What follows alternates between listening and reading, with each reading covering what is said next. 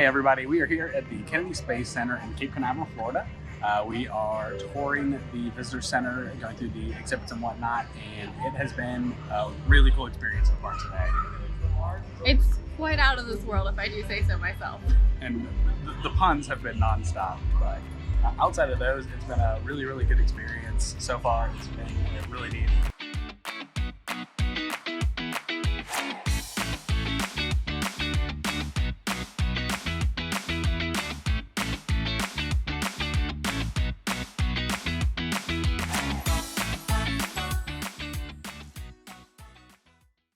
So, as you all might guess from the title, we went to Kennedy Space Center in Cape Canaveral, Florida this past weekend, and it was honestly one of the best trips that I think we've taken since we've started traveling.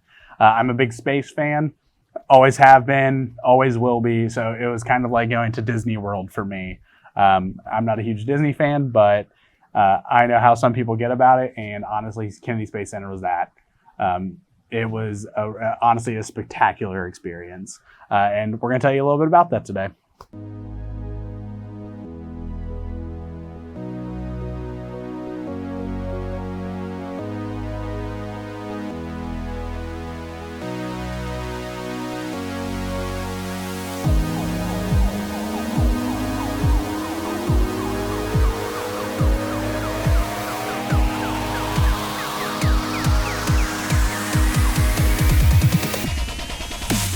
So we traveled down to Cape Canaveral, Florida, specifically to go to Kennedy Space Center. We were meeting a couple of different family members there, so we did this as a group of, I think, 8? 8 including an infant. 8 including an infant. So there was quite a few of us going around, which was not usually what we typically do as far as that goes. It's usually just Austin and I, but it was really fun to see and experience this with some of my little cousins and that sort of thing. We first stopped at the Rocket Garden, and this spot was really cool. They do self-guided tours on the schedule. We didn't catch one of those, but we just went ahead and walked around and looked at the plaques that they had with the information on them, and you could see these huge rockets. Yeah, so one thing that we unfortunately didn't have time to do, so we got into the park at about 10, and it really was a full day activity. We didn't have a chance to go into the Hall of Fame, essentially, where they cover a lot of the astronauts, their history. That's one of the first things when you walk into the park on the left. It's a really cool building, but unfortunately we decided that we wanted to do the other exhibits. So that's one thing that we'll have to go back for. The Rocket Garden, like Tara mentioned, is pretty cool. You get to see kind of the evolution of rockets as they progressed for NASA and the U.S. space endeavors. Then following the Rocket Garden, the next thing that we did, which was honestly, I think one of the things the kids liked the most, was the IMAX Theater. So this is a 3D IMAX Theater. You put on the 3D glasses that they give you, and it was a really cool experience. So I have seen 3D before. Tara has seen 3D before. So like that element is about what you expect, but the content that we got to see was honestly extraordinarily well put together, extremely high quality. It was about how to avoid asteroid impacts on Earth and like what they're doing in that like kind of specter, and it was really cool. So there was a couple points where we're watching it. One of Tara's cousins, who's I don't know, how old is Marley? I think she's 8 or so. Yeah. So you can see her kind of reaching out, like trying to interact with the asteroids as they move towards her. It was pretty cool to see.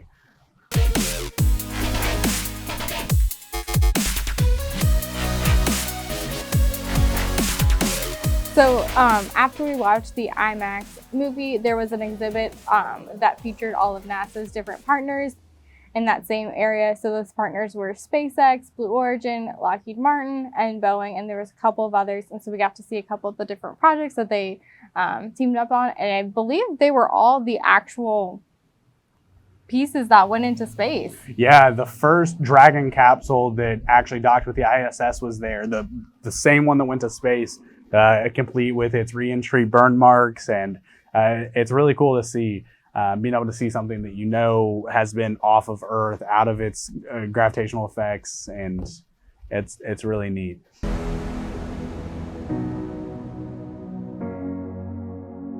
Following our time in the IMAX Theater and seeing NASA's partners, we went into the Mars exhibit, which was one of my favorite places overall. So the Mars exhibit has a lot of models of the Mars rovers, which are the thing that I find to be the most interesting, both engineering-wise and technology-wise. So you can see the progression of, what each rover has done all the way up to the Perseverance rover and the Ingenuity helicopter that landed last year and went into commission earlier this year. Yeah, so there's a ton of that stuff to see. There was also a live presentation there, mostly around the future of space travel, and I think it ended with a really great message that was basically telling most of the kids in the audience, like, you never know, you could be the next astronaut or the next person working on space travel. And I thought that was very inspiring for kids of all ages.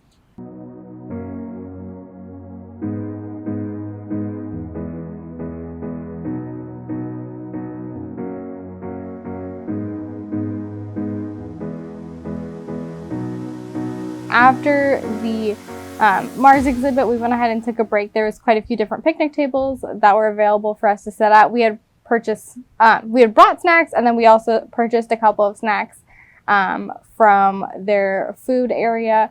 So we were able to get a couple of snacks in, eat some lunch, that sort of thing. It was expensive, but it wasn't Disney expensive. So just keep that in mind, but you can bring in your own food. So you could definitely bring in your own, pack your own sandwiches, or, go to Publix, pick up your pub subs before you get there, whatever, whatever you want to do. This video is not sponsored by Publix. It is not. But if they want to, reach out to me.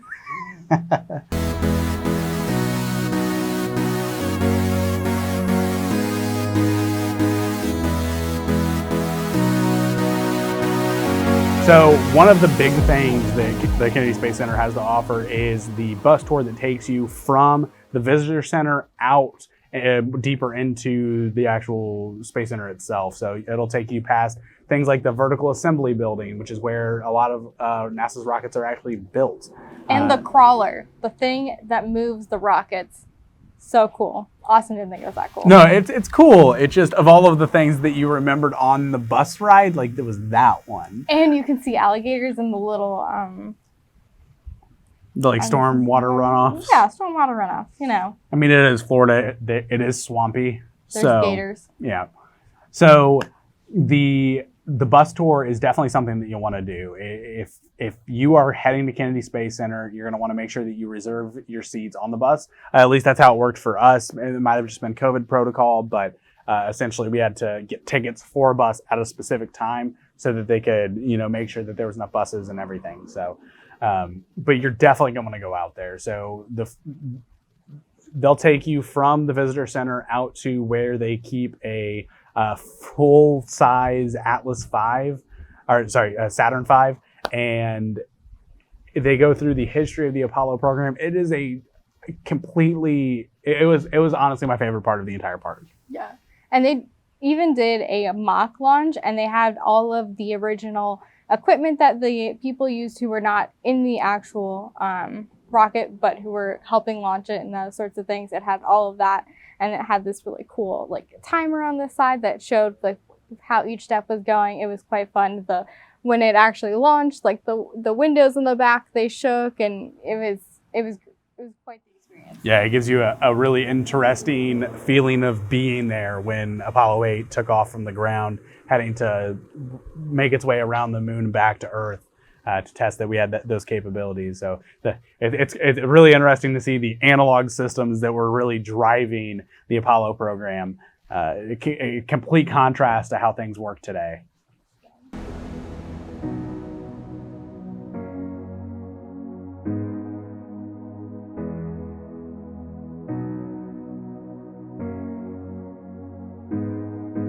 You basically go through the simulated launch, and then you go into the room that has the model Saturn V, which we took a pretty cool continuous shot of it. It takes a couple of minutes to walk the length of it if you're walking at a reasonable pace. Nearly the whole building, the length of it. So unfortunately, one thing that we were not able to do, and we aren't sure if it was because of COVID or other things, is we did not get to make our way out to an actual launch site. So we didn't get to see the launch pad and the equipment there, which, was kind of disappointing, but honestly, there's so much else to see that it's not that bad. So there's plenty of information out there if you are curious of how that works, and you can find that pretty readily. But again, if you're going to Kennedy Space Center, you absolutely need to get out there. So make sure to book seats on the bus, make sure that you get to get out there, because that is probably one of the coolest sections of Kennedy Space Center.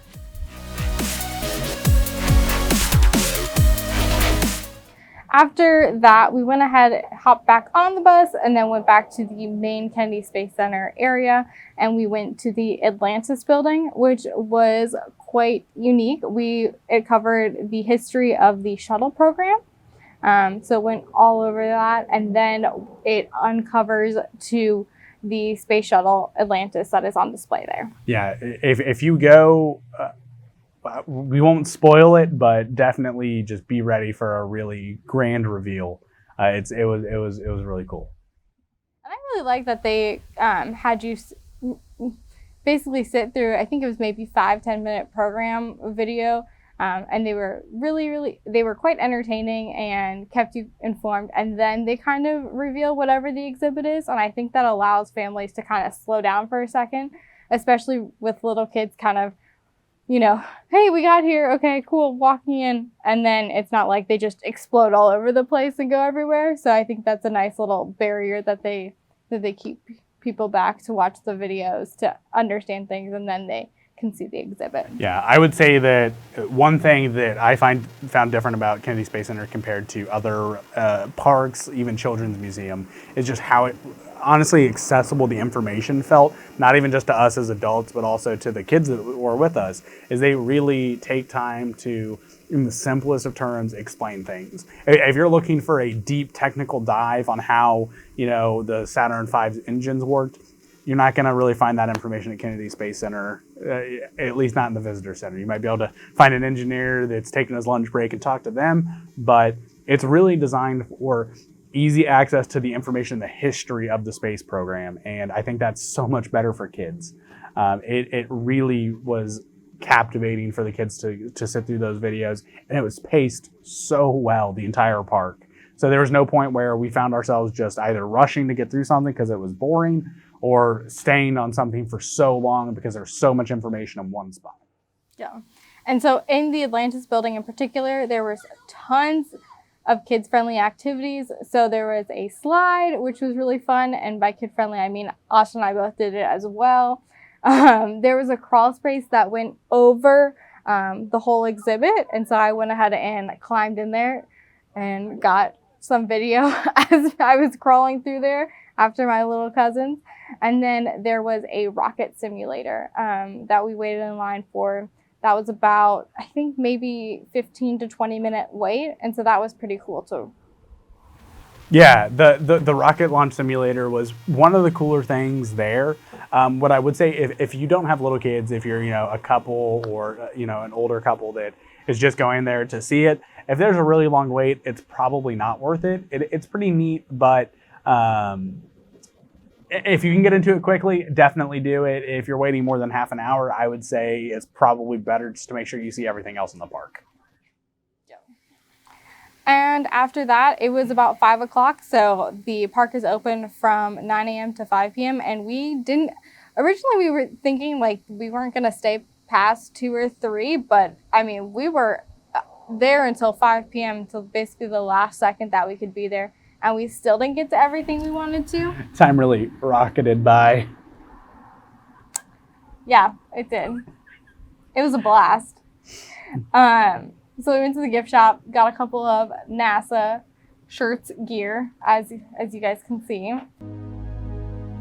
Probably important to point out one thing about our time at Kennedy Space Center, and there's a lot of individual activities that run on a schedule. So they'll start something every 15 minutes or every 20 minutes at different parts of the park. And it seems that they do a pretty good job of scheduling that so that people could go to one thing and to the next and kind of follow a progression throughout the day. But you're going to want to kind of plan that out a little bit ahead of time, just so that you know roughly how much time you have in each area, because it's really easy to find yourself just standing there looking at, the awesome things that are in front of you for a long time, and you'll miss the cutoff for the next session or something. So you have to wait a little bit. So just be cautious about what time it is and where you want to be. That's definitely the one thing we noticed.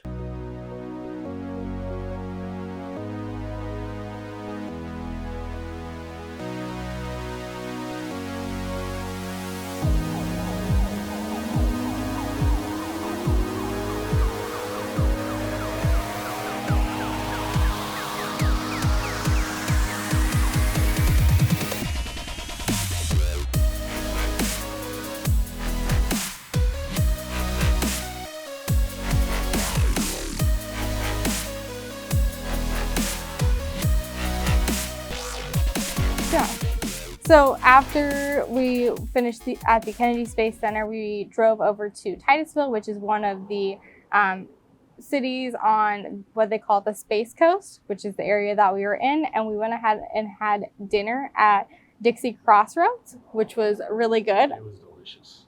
Austin and I both tried raw oysters for the first time. Yep. I'm still not sure how I feel about them. If I'm being completely honest, I don't know. Like, it wasn't bad, but like, was it really good? Like, I think I'd just rather have something, I don't know. It really is hard to say, because there's not a lot of flavor, so it's hard to hate them, but there's also not a lot of flavor, so it's hard to love them. So it's not like, I'll definitely try it again. Yeah. But I'm not sure, how long it'll do it. It was also the first time that Tara and I got to try rock shrimp. Yes, rock shrimp was really unique. It had much more of a lobster flavor. Lobsterish flavor, but it was a lot of work to get him out of those little shells. Yeah, definitely. If you're going to have rock shrimp for the first time, make sure that you go into it thinking it's more like a crab or a lobster than it is a shrimp. It's got a little more effort into getting the meat out, which totally fine. It was awesome. Yeah. And then we also went and had... I had cheese and grits along with my rock shrimp. Austin had some mahi. Yeah, blackened mahi, and honestly, just everything there was fantastic. Was Whatever really you good. order will be good. Yeah, except for if you order a burger. Well, we can't say it would be bad, but like... The kids did. They liked it. Don't order a burger at a seafood restaurant, man. Unless you're like 7. Unless in which you're case, 7. You Under still 10, you're shouldn't, fine. but Yeah. we get it. We get it. And there was these little, appetizer. I think they were corn fritters. They might have been hush puppies. Corn fritters, We're not hush exactly sure. puppies. They had powdered sugar on them. They were were really good. So definitely recommend going there. It was in Titusville. Again, it was called at Dixie Crossroads.